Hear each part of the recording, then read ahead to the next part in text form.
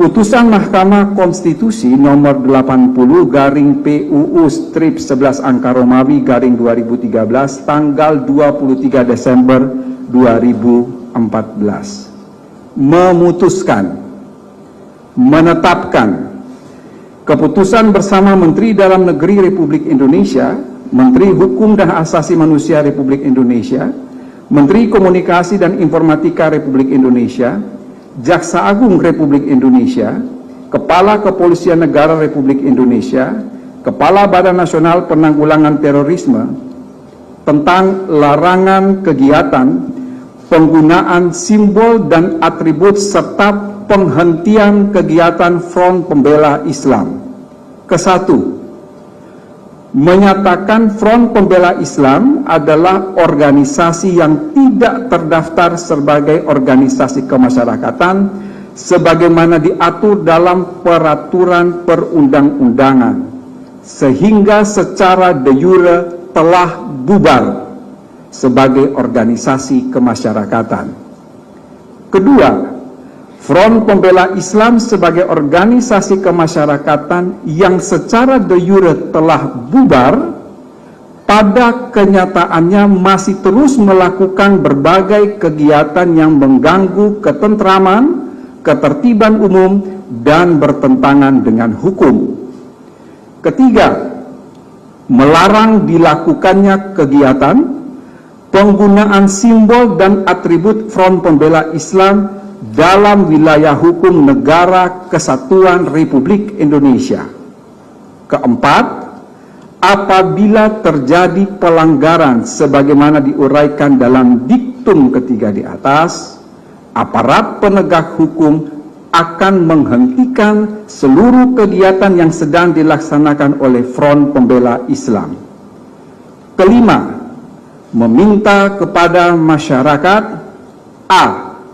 untuk tidak terpengaruh dan terlibat dalam kegiatan, penggunaan simbol dan atribut Front Pembela Islam. B. Untuk melaporkan kepada aparat penegak hukum setiap kegiatan, penggunaan simbol dan atribut Front Pembela Islam. Keenam, kementerian, lembaga yang mendatangani surat keputusan bersama ini agar melakukan koordinasi dan mengambil langkah-langkah penegakan hukum sesuai dengan ketentuan perundang-undangan. Ketujuh, keputusan bersama ini mulai berlaku pada tanggal ditetapkan di Jakarta pada tanggal 30 Desember 2020. Menteri Dalam Negeri Republik Indonesia Muhammad Tito Karnavian, Menteri Hukum dan HAM Republik Indonesia Yasona Halaoli, Menteri Komunikasi dan Informatika Republik Indonesia Johnny G. Plate, Jaksa Agung Republik Indonesia Burhanuddin, Kepala Kepolisian Negara Republik Indonesia Jenderal Polisi Idam Aziz, Kepala Badan Nasional Penanggulangan Terorisme Komisaris Jenderal Boy Rafli Amar. Sekian dan terima kasih.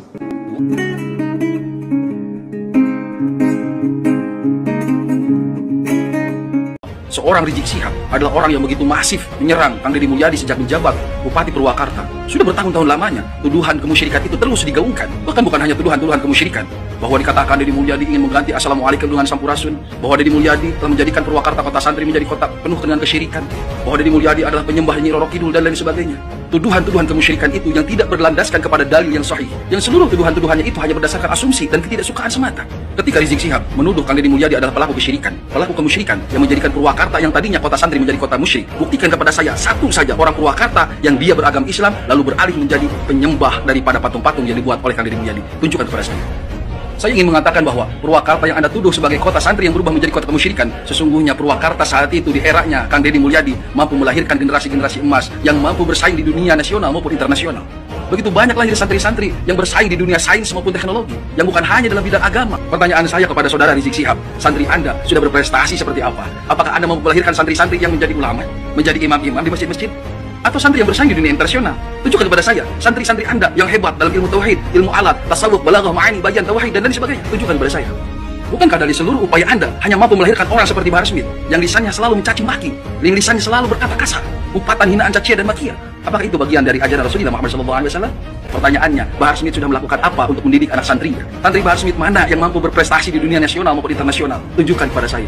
Jangankan muridnya, Bahar Smithnya saja. Coba tolong bacakan Al-Fatihah dengan lugas dan jelas. Seperti halnya imam-imam di Masjidil Haram misalnya. Orang-orang yang tidak lagi merasa malu tentang agama, menuduh orang lain seperti ini dan seperti itu, tetapi tidak bercermin kepada diri sendiri, adalah orang-orang yang justru sedang melukai keislamannya. Dari kalangan mereka, siapa yang hari ini menjadi imam di masjid-masjid agung, di masjid-masjid besar? Apakah ada sejarahnya dari kalangan mereka menjadi imam besar di Masjid Istiqlal? Saya belum pernah menemukan. Atau di masjid-masjid besar lainnya, adakah suara indah yang mereka lantunkan untuk memimpin sholat? Apakah di sini ada yang pernah mendengar baik Rizik Syihab, Bahar Smith, dan CS-CS-nya itu pernah menjadi imam di masjid-masjid besar? Apakah pernah mendengar lantunan suara indahnya yang menyejukkan hati ketika memimpin sholat? Tunjukkan kepada saya. Kita bangsa Sunda sudah memiliki sejarah panjang tentang peradaban bangsa kita, dan bangsa kita, kami selaku bangsa Sunda, tidak pernah mengenal yang namanya zaman jahiliyah. Leluhur-leluhur kami memiliki adab yang begitu tinggi tentang kesopanan dan santunan, bagaimana menjaga lisan dengan mengatakan dalam sebuah filosofi, nunda letah satu kangen sirah. Kami memiliki peradaban yang jauh lebih luhur daripada kalian yang baru datang hari ini, yang sekonyong-konyong datang lalu memusyrik-musyrikan tradisi kami, peradaban kami. Itu merupakan bentuk warisan leluhur budaya bangsa, dan itu dikatakan mupusti, bukan migusti. Anda katakan sebagai sebuah kemusyrikan, lantas bagaimana dengan kaum-kaum Anda yang memperindah kuburan-kuburan, mendatanginya, menghiasi kuburan, mencium patok-patok kuburan, berdoa di dalam kuburan? Apakah itu ajaran dari baginda Rasulullah Muhammad SAW? Dan mendatangi kuburan-kuburan tersebut secara berkala, bahkan setiap minggu mendatangi berkumpul dengan menggembangkan musik-musik di dalam kuburan, menghias kuburan begitu indah, melebihi daripada sahabat-sahabat yang solih yang dijamin masuk surga. Belum lagi kesesatan-kesesatan khurafat yang dibuat, yang karomat-karomat itu melebihi daripada mukjizat, yang Anda selalu menggaung-gaungkan tentang kemuliaan leluhur-leluhur kalian, bisa mengeluarkan rantai emas lah dari langit, menurunkan air hujan susu lah dari langit, dan khurafat-khurafat lainnya yang menjadi doktrin keagamaan bagi para pengikutnya. Sebenarnya pelaku kesyirikan itu siapa? Kami bangsa Sunda yang menjaga tradisi, dan itu pun hanya sesekali, ataukah kalian yang senantiasa setiap waktunya mendatangi kuburan leluhur-leluhur kalian, memuliakan leluhur-leluhur kalian, mengatasnamakan karomah, bisa ini, bisa itu, dan sebagainya? Dan bahkan yang paling merusak akidah adalah tatkala seseorang meninggal ditanya marrobuka, jawabnya adalah Habib Ali bin Anu bin Anu bin Anu bin Anu. Seperti itu akidah yang Islam yang benar. Seperti itu bukan bentuk musyrikan. Coba tolong jelaskan dengan rinci dan jelas. Assalamualaikum warahmatullahi wabarakatuh.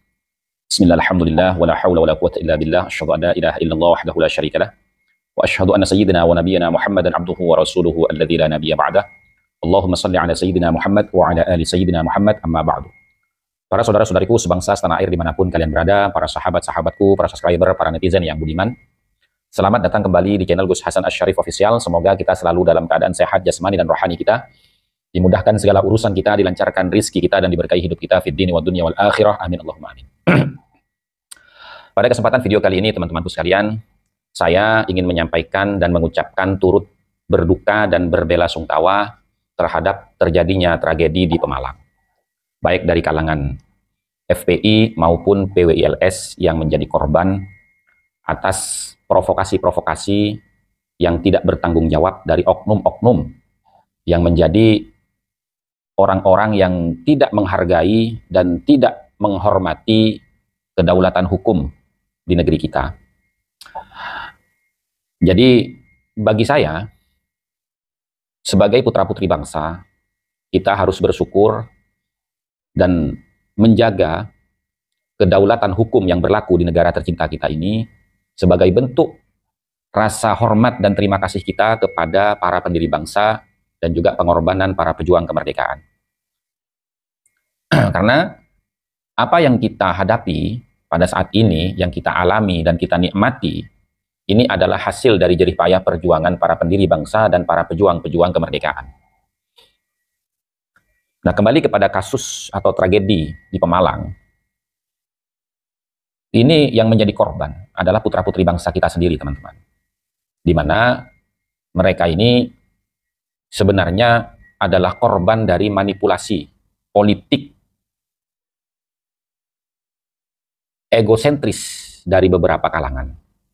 Padahal jelas kalau kita mau mengukur ya, siapa yang benar, siapa yang salah, tidak tepat rasanya. Tapi kita lebih kepada berbicara tentang konsekuensi hukum yang berlaku.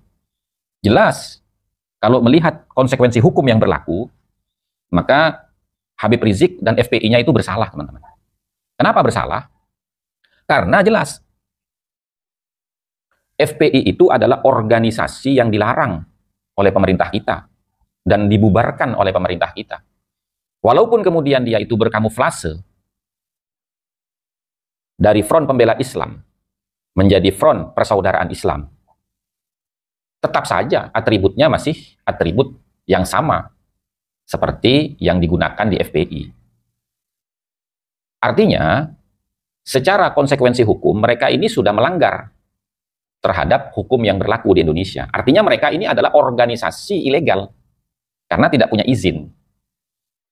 Anehnya, pemerintah setempat kok memberikan izin adanya pengajian Habib Rizik beserta dengan FPI-nya.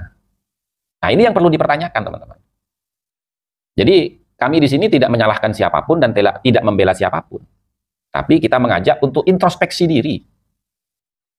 Introspeksi diri agar supaya bagaimana caranya putra-putri bangsa ini tidak bentrok secara fisik. Kita berbeda pendapat dalam narasi-narasi ilmiah, dalam argumentasi keilmuan, itu hal yang wajar, karena itu bisa mengasah kecerdasan intelektual kita.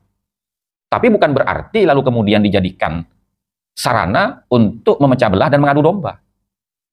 Karena saya khawatir, teman-teman, kalau ini tetap dibiarkan saja, takutnya nanti kejadian seperti Rohingya itu terjadi, teman-teman.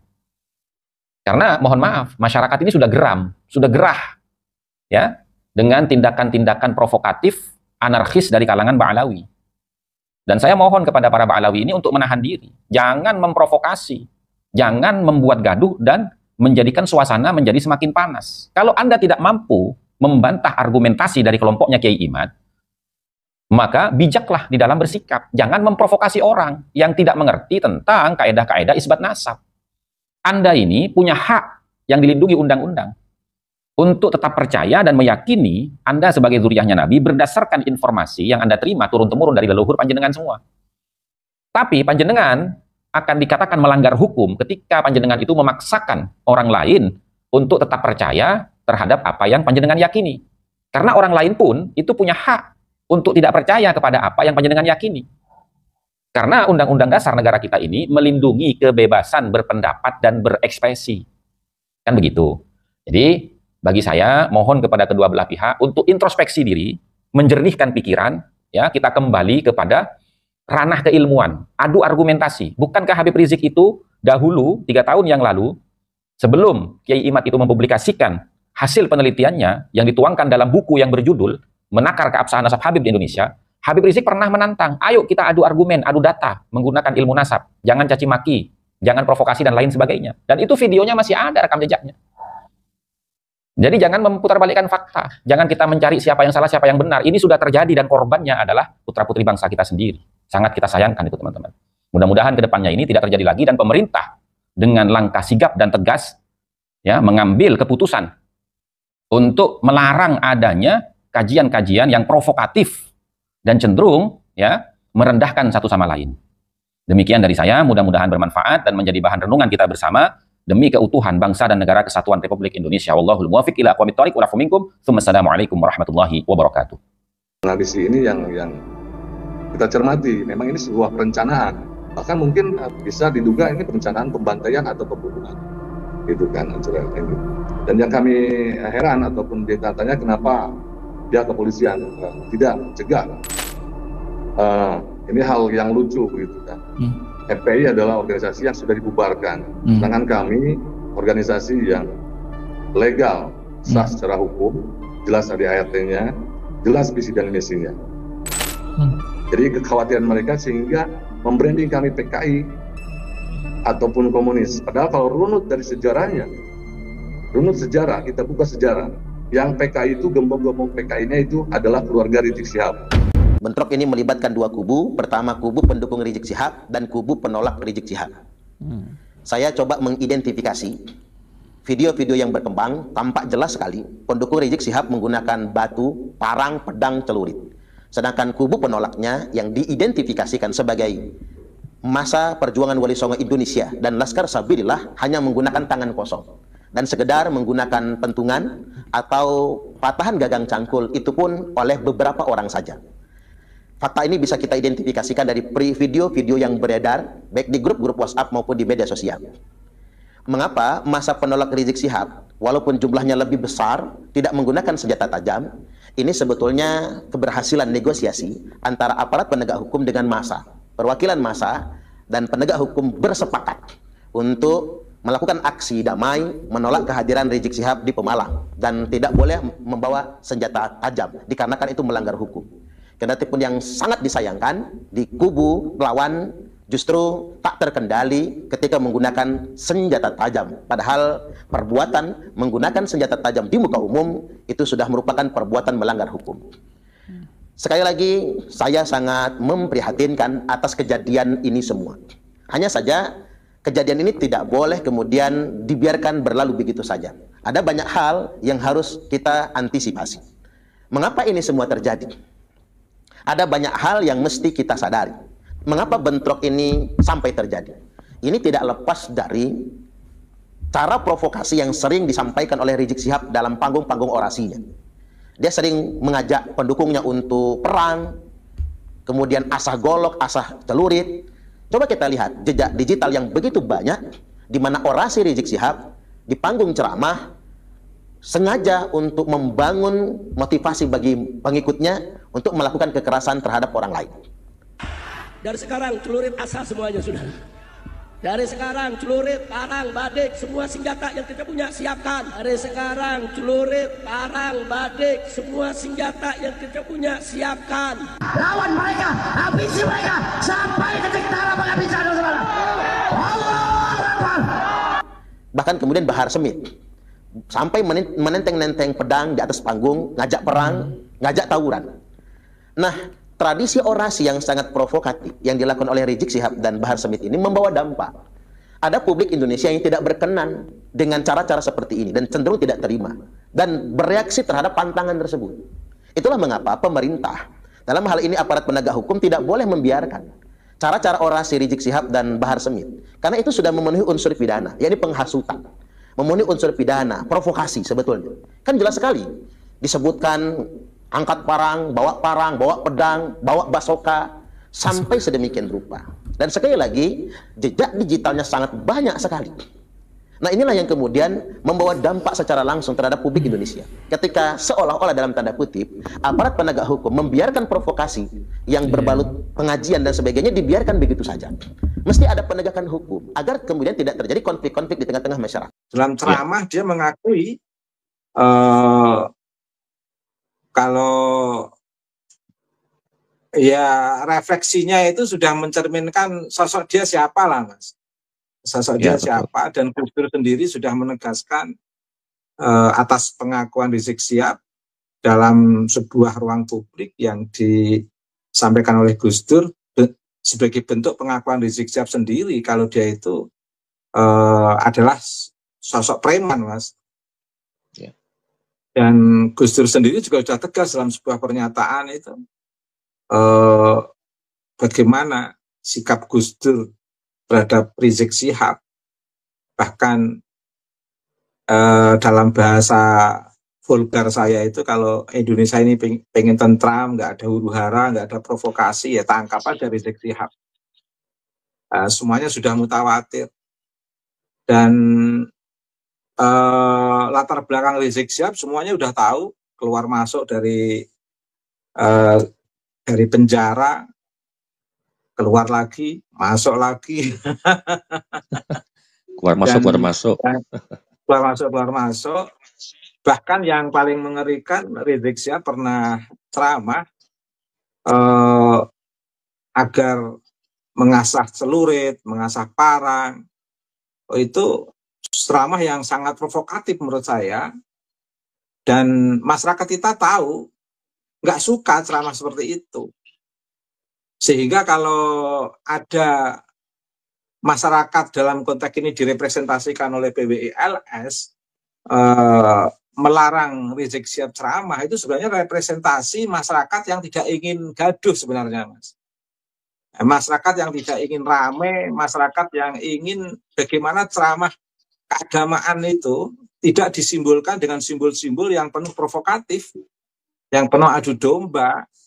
Karena ceramah-ceramah yang penuh adu domba dan provokatif, selain mengoyak ketertiban masyarakat, mengganggu ketenangan masyarakat, itu juga mencederai pola keberagamaan yang notabene mengajarkan untuk mengedepankan akhlakul karimah, etika, sopan santun, menghargai kemanusiaan, keadilan, dan kesetaraan, menegakkan maqasidus syariah, jangan hanya berkepentingan pada kelompoknya sendiri, santun dalam mengkritik, santun dalam berkomunikasi, lebih-lebih pada pemerintah, pada penguasa.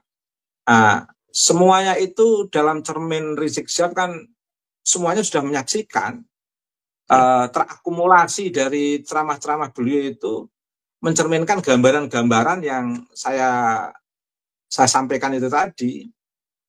Nah, masyarakat nggak ingin terjadi pembiaran terhadap ceramah-ceramah Rizik Syihab yang penuh provokasi, Mas. Itu wajar itu sangat wajar itu, sangat wajar. Nah, elemen yang kedua adalah elemen FPI. Di situ ada banyak ornamen, simbol yang notabene sebagai organisasi yang betul-betul diingatkan oleh pemerintah untuk melakukan laporan ulang, memenuhi perlengkapan. Jadi, kalaupun pemerintah dalam bahasa kasarnya tidak membubarkan, paling tidak ada syarat-syarat yang belum dipenuhi oleh FPI untuk sebagai organisasi yang sah di Indonesia ini, Mas. Masih banyak hal yang perlu lengkapi. Selain itu, sejarah panjang FPI itu juga semuanya tahu bagaimana perjalanan FPI dalam membentuk kesadaran kewarganegaraan. Dikatakan sebagai kekuatan civil society, ya kekuatan civil society yang bukan untuk membangun negara, tapi bikin gaduh negara. Semuanya ingin diselesaikan sendiri, semuanya semuanya diinginkan agar mengikuti pola arus kepentingan politik FPI. Itu kan nggak fair menurut saya, Mas, dalam konteks kehidupan berbangsa dan bernegara. Dan yang ketiga, elemen pihak kepolisian, Mas. Ini juga bermasalah menurut saya. Mengapa pihak kepolisian mengizinkan? Harusnya polisi itu tidak mengizinkan kegiatan apapun yang sekiranya menimbulkan kegaduhan. Masyarakat setempat itu, selain memang ada yang menginginkan Rizik Syihab untuk ceramah di situ, itu sebagian masyarakat yang lain tidak menginginkan. Oke, antara dua kepentingan yang berbeda, kalau memang yang diundang belum pernah punya masalah, tidak apa-apa, Mas. Ya. Ini persoalannya yang diundang itu orang yang pernah bermasalah. Bahkan menjadi tahanan kota. Pernah menjadi tahanan kota loh Rizik Syihab itu, Mas. Betul. Artinya dikeluarkan dari penjara, tapi dalam pengawasan. Belum lagi pernah menjadi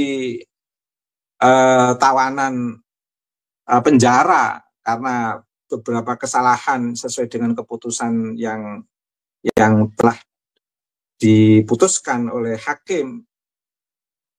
Nah ini, fenomena-fenomena itu seharusnya polisi waspada, antisipasi. Karena sebenarnya ada dua elemen yang cukup membahayakan. Sejarah membuktikan itu. Satu elemen tentang sosok Rizik Syihab, elemen yang kedua adalah tentang FPI. Masa polisi ingin menjadi elemen yang ketiga, menambah bikin konflik masyarakat. Nah, dalam kondisi apapun yang mengizinkan pihak kepolisian itu bisa diurus itu, bisa diusut itu siapa yang mengizinkan, ada kepentingan apa. Kalau bisa pangkatnya dicopot itu, Mas. Ya, betul. Karena dalam kondisi apapun dia mengizinkan. Mengapa dua elemen yang memang sama-sama harus diwaspadai dalam konteks kegiatan keberagamaan yang menodai sistem keberagamaan, kemudian dia ikut-ikutan mengizinkan. Kalau dikatakan mengadu domba, pasti dia tidak mengakui pihak kepolisian dikatakan mengadu domba itu. Tapi praktek di lapangan terjadinya konflik itu atas perizinan kepolisian, Mas. Meskipun pihak kepolisian tidak mengaku, tidak akan pernah mengaku kalau dia itu dikatakan pengadu domba. Tapi konfliknya itu karena diizinkan persoalannya, Mas. Coba kalau nggak diizinkan, nggak akan terjadi itu. Kayak di Banyumas itu bagus. Banyumas. Ya. Itu batal Pak ya? Itu batal ya? Kenapa? Itu batal tuh ya, Banyumas ya? Iya, paling tidak juga pihak polisi juga menemani untuk menurunkan baliho-baliho Rizik Syihab. Betul. Jadi sebenarnya pengawasan kota yang pernah diterima oleh Rizik Syihab ketika keluar dari penjara itu tidak hanya dibatasi oleh 100 hari atau 200 hari atau berapa hari lah saat itu, tapi juga selamanya sebenarnya. Agar ada efek jera. Jadi seharusnya pihak kepolisian ini tegas, ini sosok yang memiliki masalah, punya latar belakang historis yang panjang, yang seperti itu. Masa pihak kepolisian tidak hati-hati? Itu. Jadi dalam kondisi apapun polisi itu harus tegas terhadap latar belakang orang-orang yang memiliki kesejarahan yang cukup, dalam bahasa saya cukup tidak baik, Mas. Ya. Itu. Belum lagi simbol-simbol itu. Jadi dalam konteks, apalagi saya lihat di situ juga ada pejabat pemerintah daerah loh, Mas. Ya di ceramahnya ya? Iya, di sebelahnya Rizik Syihab itu saya lihat ada pejabat daerah. Siapa itu coba diteliti. Tentu pihak pengadilan yang harus meneliti kalau ingin mempersoalkan masalah ini. Jadi kasus Pemalang itu jangan hanya dilihat pada konflik antara yang mencederai dan yang dicederai. Berapa luka dari pihak FPI dan berapa luka dari pihak PWI. Jangan hanya melihat itu, tapi harus melihat latar belakang pendukung. Karena kalau tidak ada latar belakang kan nggak akan terjadi fenomena, dalam bahasa saya itu fenomena as seperti itu, konflik horizontal seperti itu. Itu kan karena adanya pembiaran yang begitu mudah diberikan oleh pihak kepolisian, Mas.